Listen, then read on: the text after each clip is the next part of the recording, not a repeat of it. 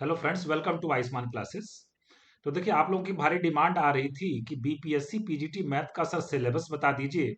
कौन कौन सी best book है और कैसे हम लोग तैयारी करेंगे जिससे हमको एग्जाम में जो है सफलता मिल सके। तो उसी सब से संबंधित आज हम लोग बात करने वाले हैं। क्योंकि बहुत सारे चैनल्स पे आप देखते होंगे, बहुत सारा सिलेबस आपको बताया जाता होगा। कहीं कहीं चीजें बहुत सटीक बताई जाती है, कहीं कहीं थोड़ा वेरिएशन होता है।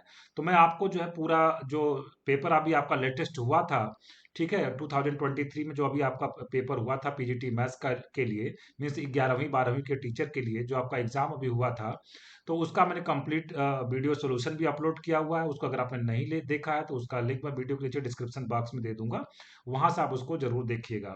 इसके साथ ही साथ जो है, अगर मेरे टेलीग्राम ग्रुप में आप जुड़ना चाहते हैं या मेरा आप व्हाट्सएप ग्रुप में जुड़ना चाहते हैं, उसका लिंक मैं वीडियो के नीचे डिस्क्रिप्शन बॉक्स में दे दूंगा, वहां से आप जुड़ सकते हैं। देखिए, किसी भी एग्जाम की तैयारी के लिए सबसे महत्वपूर्ण ये होता है कि आपको सबसे पहले पता हो कि उसका सिलेबस क्या है। क्योंकि सिलेबस नहीं मालूम होगा तो आप देखते होंगे कि मैंने देखा जो है कि अलग अलग ग्रुप्स में लोग जो है कैंडिडेट्स अलग अलग डिस्कशन करते हैं। कोई कहता है ग्रेजुएशन से क्वेश्चन आया था, कोई कहता है इंटरमीडिएट का क्वेश्चन आया था, कोई कहता है कि हाई स्कूल से क्वेश्चन आया था। तो वाकई में क्वेश्चन कहाँ से पूछा गया था, जो अभी लेटेस्ट एग्जाम हुआ था बीपीएससी पीजीटी मैथ्स का, उसमें क्वेश्चन कहाँ से पूछे गए थे, इसके बारे में कंप्लीट एनालिसिस मैंने किया है। मैं आपको जो है ये बताऊंगा। उसका पेपर भी अगर आपने नहीं देखा तो उसका लिंक भी मैं वीडियो के नीचे डिस्क्रिप्शन बॉक्स में दे दूंगा, तो वहां से आप उसको देख सकते हैं। इसके साथ ही साथ इस वीडियो में आपको और भी बताने वाला हूँ कि देखिए, बीपीएससी पीजीटी मैथ्स के लिए कोर्सेज मैंने जो है बना दिए हैं। ठीक है, कोर्स मैंने बना दिया बीपीएससी पीजीटी मैथ्स का। आपको आयुष्मान क्लासेस ऐप आपको प्ले स्टोर से डाउनलोड कर लेना है, उसका लिंक मैं वीडियो के नीचे डिस्क्रिप्शन बॉक्स में दे दूंगा।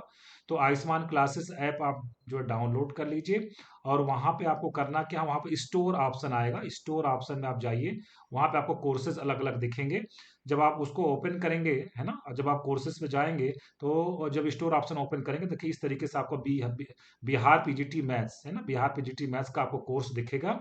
ये कोर्स जो आपका है, ये 2 मंथ्स की वैलिडिटी के साथ मैंने अभी बनाया है। इसका अभी जो प्राइस मैंने रखा हुआ है, वो कितना रखा हुआ है, 1500 रखा हुआ है। जब इसको आप ओपन करेंगे तो ये देखिए आपको कंटेंट्स दिखेगा। इस कंटेंट्स में आपको जब वीडियो लेक्चर्स आपको दिखेंगे, ठीक है, इस कंटेंट्स में आपको वीडियो लेक्चर्स आपको दिखेंगे, चैप्टर वाइज असाइनमेंट दिखेगा और आपको टेस्ट सीरीज दिखेगा। ठीक है, तो आप वहां से जो है इसको जो है कोर्सेज अगर आप चाहते हैं तो ज्वाइन कर सकते हैं। मैं आप साथ ही साथ एक और इन्फॉर्मेशन आपको दे दूं कि अभी शुरुआती दौर में मैंने इसका प्राइस जो है 1500 सिर्फ 15 स्टूडेंट्स के रखा हुआ है। मतलब शुरुआती 50 कैंडिडेट के लिए इसका दाम बहुत ही मिनिमल प्राइस रखी गई है। टू द पॉइंट कोर्स है। इसमें लगभग लगभग आप मान के चलिए कि लगभग लगभग 90 टू 100 लेक्चर्स आपको मिलेंगे। और आपको जो चैप्टर वाइज जितने चैप्टर्स है सबका असाइनमेंट, और चैप्टर वाइज आपको टेस्ट सीरीज भी दी जाएगी।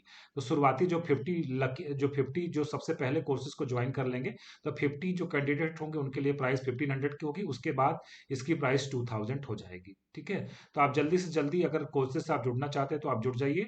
क्योंकि आपका जो है एक सही दिशा में किया गया प्रयास आपको जो गवर्नमेंट जॉब तक पहुंचा सकता है। ठीक है, आइए स्टार्ट करते हैं आज का लेक्चर। और कोई भी समस्या हो कि कोर्स को परचेज करने में या कोई और इंक्वायरी आपकी हो, तो ये मेरा व्हाट्सएप नंबर है। ये मेरा व्हाट्सएप नंबर है 8128618579। ठीक है, 8126818579, ये मेरा व्हाट्सएप नंबर है। इस पर आप व्हाट्सएप करके कोर्स से संबंधित कोई भी इंक्वायरी आप कर सकते हैं। ठीक है, आइए स्टार्ट करते हैं। तो देखिए, सबसे पहले आपको बिल्कुल भी कंफ्यूज नहीं होना है कि आपका सिलेबस क्या है, या और भी कहाँ पे, कौन से चैनल पे या कौन सी जगह पे कौन सी बातें बताई गई हैं। वो सारी चीज़ों को निकाल कर फ्रेश माइंड से जो चीज़ें जो एनालिसिस में बता रहा हूँ उसका ध्यान से सुनिए।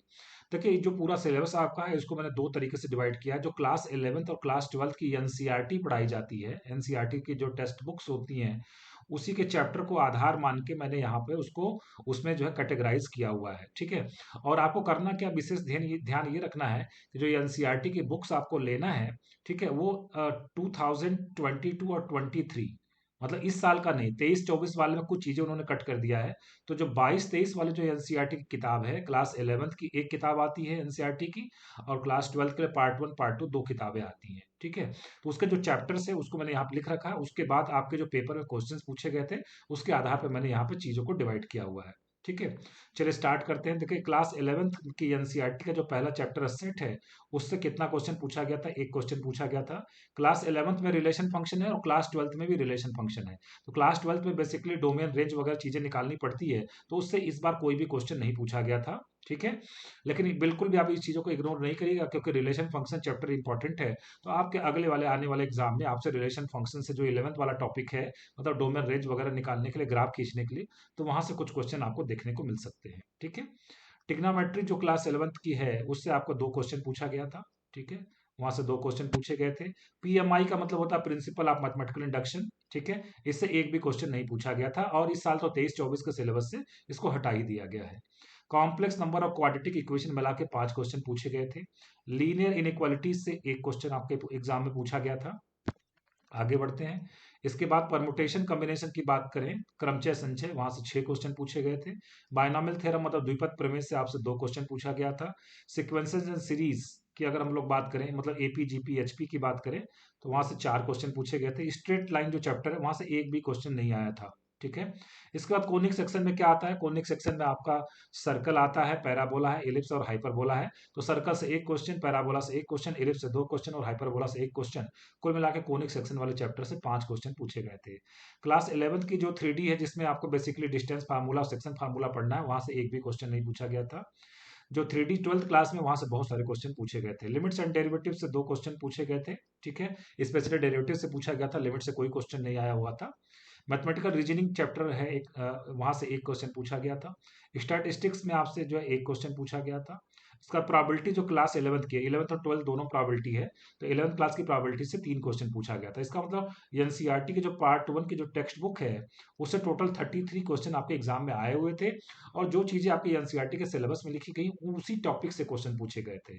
इसका लेवल बिल्कुल भी बीएससी वगैरह का नहीं था। ठीक है। अब आगे 12th की बात कर लेते हैं कि 12th की जो एनसीईआरटी, उससे क्या क्या क्वेश्चन पूछे गए थे। तो देखिए, 11th में भी रिलेशन फंक्शन था, 12th में भी रिलेशन फंक्शन था। तो 12th के रिलेशन फंक्शन से कितने क्वेश्चन पूछे गए थे आपसे? वहां से 2 क्वेश्चन पूछे गए थे। ठीक है। 12th के रिलेशन फंक्शन से आपसे कितने क्वेश्चन पूछे गए थे? 2 क्वेश्चन पूछे गए थे। फिर इनवर्स ट्रिग्नोमेट्रिक फंक्शन, आईटीएफ का मतलब हो गया इनवर्स ट्रिग्नोमेट्रिक फंक्शन, प्रतिलोम वृत्तीय फलन, वहां से 3 क्वेश्चन पूछे गए थे। मैट्रिसेस जो चैप्टर था, वहां से आपसे 2 क्वेश्चन पूछे गए थे। डिटर्मिनेंट चैप्टर से आपसे एक क्वेश्चन पूछा गया था। कंटिन्यूटी चैप्टर से आपसे 3 क्वेश्चन पूछे गए थे। डिफरेंशिएशन जो चैप्टर है, वहां से आपसे 4 क्वेश्चन पूछा गया था। अप्लीकेशन ऑफ डेरिवेटिव्स में क्या क्या चीजें आती हैं, इसमें increasing decreasing function, rate measure आता है, मैक्सिमा मिनिमा आता है, टेंजेंट नॉर्मल आता है। तो यहाँ से कुल मिलाकर 4 क्वेश्चन पूछे गए थे। इंटीग्रेशन से आपसे 3 क्वेश्चन पूछा गया था।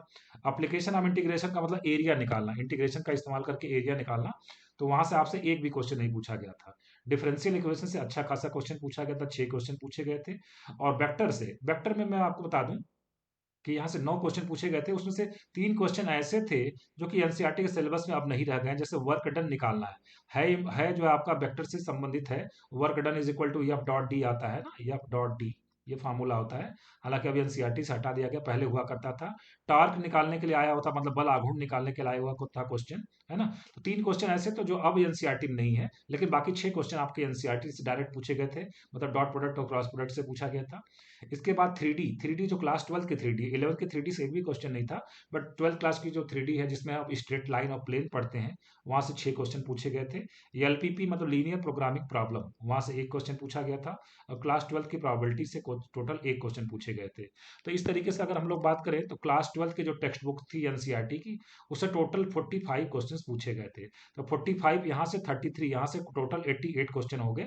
और आपके एग्जाम में मैथमेटिक्स का जो पोर्शन था, ये कितना हो गया? 78 हो गया ना, 78। और टोटल आपके एग्जाम में कितने क्वेश्चन पूछे गए थे आपसे? टोटल 80 क्वेश्चन पूछे गए थे। तो ये जो 2 क्वेश्चन थे ना, एक क्वेश्चन था पार्शियल ऑर्डर्ड सेट, जो कि डिस्क्रीट मैथमेटिक्स का पोर्शन था, मतलब ग्रेजुएशन वगैरह में ये शामिल किया जाता है।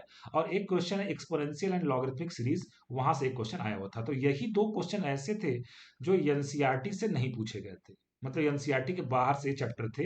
जो ये 2 क्वेश्चन थे, बाकी मैं अगर बात करूं कि जो 80 क्वेश्चन थे, उसमें से टोटल 78 क्वेश्चन आपके से एनसीईआरटी से आपसे पूछे गए थे। तो अब बिल्कुल भी आप एकदम एग्जैक्टली क्लियर हो गए होंगे कि आपका सिलेबस क्या है। तो जो आपसे ये बता रहा होगा कि ग्रेजुएशन से 50% पूछा गया था, यहाँ से ये पूछा गया था, वहां से ये पूछा गया था, तो आपका कंफ्यूजन काफी हद तक दूर हो गया होगा। तो आप इन चीजों को आधार बना के अपनी पढ़ाई स्टार्ट कर दीजिए। आइए अब हम लोग बात कर लेते हैं कि बेस्ट बुक्स कौन कौन से हो सकते हैं। ठीक है। जिसका इस्तेमाल करके आप जो है एग्जाम में आप सफलता पा सकते हैं। तो सबसे पहले तो देखिए, एनसीईआरटी की टेक्स्ट बुक्स आपको ले लेनी है। ठीक है। एनसीईआरटी की टेक्स्ट बुक क्लास 11th की एक टेक्स्ट बुक आती है। ठीक। 12th क्लास की कितनी आती है, 2 टेक्स्ट बुक आती है, ठीक है। ध्यान ये रखिएगा, ये टेक्स्ट बुक आपके मोबाइल में भी, ऐप में भी मिल जाता है, ठीक है। ऐप में भी आप तलाश करेंगे, प्ले स्टोर में आप तलाश करेंगे तो वहां पे भी मिल जाएगा। बस ध्यान आपको ये रखना कि 22-23 वाली किताब लेनी, मतलब इस साल वाला नहीं लीजिएगा, 23-24 की किताब आपको नहीं लेनी है, क्योंकि वहां पे बहुत सारे टॉपिक्स उन्होंने हटा दिए हैं, ठीक है। तो एनसीईआरटी की टेक्स्ट बुक्स ले लीजिए आप। इसके अलावा अगर आप आर डी शर्मा पढ़ लेते हैं, आर डी शर्मा अगर आपके पास है तो वो भी अच्छी किताब है। आर एस अग्रवाल की किताब आती है ऑब्जेक्टिव मैथमेटिक्स, ठीक है। आर एस अग्रवाल की किताब आती है ऑब्जेक्टिव मैथमेटिक्स, जिसको कौन से पार्ट्स में आती है, वो आता है अलजेब्रा का, आता है अलजेब्रा। इसके बाद आपका आता है ट्रिग्नोमेट्री, ठीक है, ट्रिग्नोमेट्री। इसके बाद आपका कोऑर्डिनेट आता है अलग, ठीक है, कोऑर्डिनेट अलग आता है। इसके बाद आपका डिफरेंशियल कैलकुलस हो गया, इंटीग्रल कैलकुलस हो गया, अलग अलग पार्ट्स में आता है। इसके बाद आपका वेक्टर एंड 3D आता है, ठीक है, वेक्टर प्लस 3D, ये अलग किताब आती है। और स्टैटिस्टिक्स और प्रोबेबिलिटी, स्टैटिस्टिक्स और प्रोबेबिलिटी, इसके लिए अलग किताब आती है, ठीक है। तो या तो आप अलग अलग ये पार्ट्स ले लें, या तो आप आर डी शर्मा 11th और 12th का ले लीजिए, वो भी आपको अच्छा खासा, उसमें ऑब्जेक्टिव क्वेश्चन भी और सब्जेक्टिव क्वेश्चन भी, आपको थ्योरी भी मिल जाएगी। इसके अलावा एनसीईआरटी की टेक्स्ट बुक आप पढ़ सकते हैं क्लास 11th और 12th की, ये तो मस्ट है ना, इसके बिना तो काम चलने वाला नहीं है। और साथ ही साथ अगर आप मेरे कोर्सेज को ज्वाइन करना चाहते हैं तो आयुष्मान क्लासेस ऐप आप डाउनलोड करिए, वहां से कोर्सेज को परचेज कर सकते हैं। जैसा कि मैंने आपको पहले ही बता दिया है कि शुरुआती 50 स्टूडेंट्स के लिए जो प्राइस रखी गई है वो 1500 रखी गई है, और इसके बाद इस कोर्स का जो दाम हो जाएगा वो 2000 रुपीज हो जाएगा। तो बिल्कुल भी आप देर नहीं करिए, एज सुन एज पॉसिबल आप कोर्सेज से जुड़ जाइए। इसके साथ साथ आप मेरे व्हाट्सएप ग्रुप और टेलीग्राम ग्रुप में जुड़ जाइए, तो वहाँ पे आप क्वेश्चंस का डिस्कशन कर सकते हैं। और बाकी सारी चीज़ें कंप्लीट सिलेबस का आपका जो वीडियो लेक्चर्स हैं, ठीक है, वीडियो लेक्चर्स, फिर आपका जो है चैप्टर वाइज असाइनमेंट है आपका, है ना, चैप्टर वाइज असाइनमेंट, और चैप्टर वाइज आपकी जो टेस्ट सीरीज है ना, ये सारी चीज़ें मैं आपको कोर्सेज में प्रोवाइड करवा दूंगा। तो इस तरीके से 1 मंथ में आपकी जो कंप्लीट तैयारी हो जाएगी, और जो भी चैप्टर्स में आपका जो पकड़ कम होगा तो उसको आप मजबूत कर पाएंगे, ठीक है। तो वीडियो अगर पसंद आया हो तो एक लाइक का बटन दबाना नहीं भूलिएगा, अपने दोस्तों के साथ इसको जरूर शेयर करिएगा। मिलते हैं फिर से नेक्स्ट लेक्चर में। Thank you very much.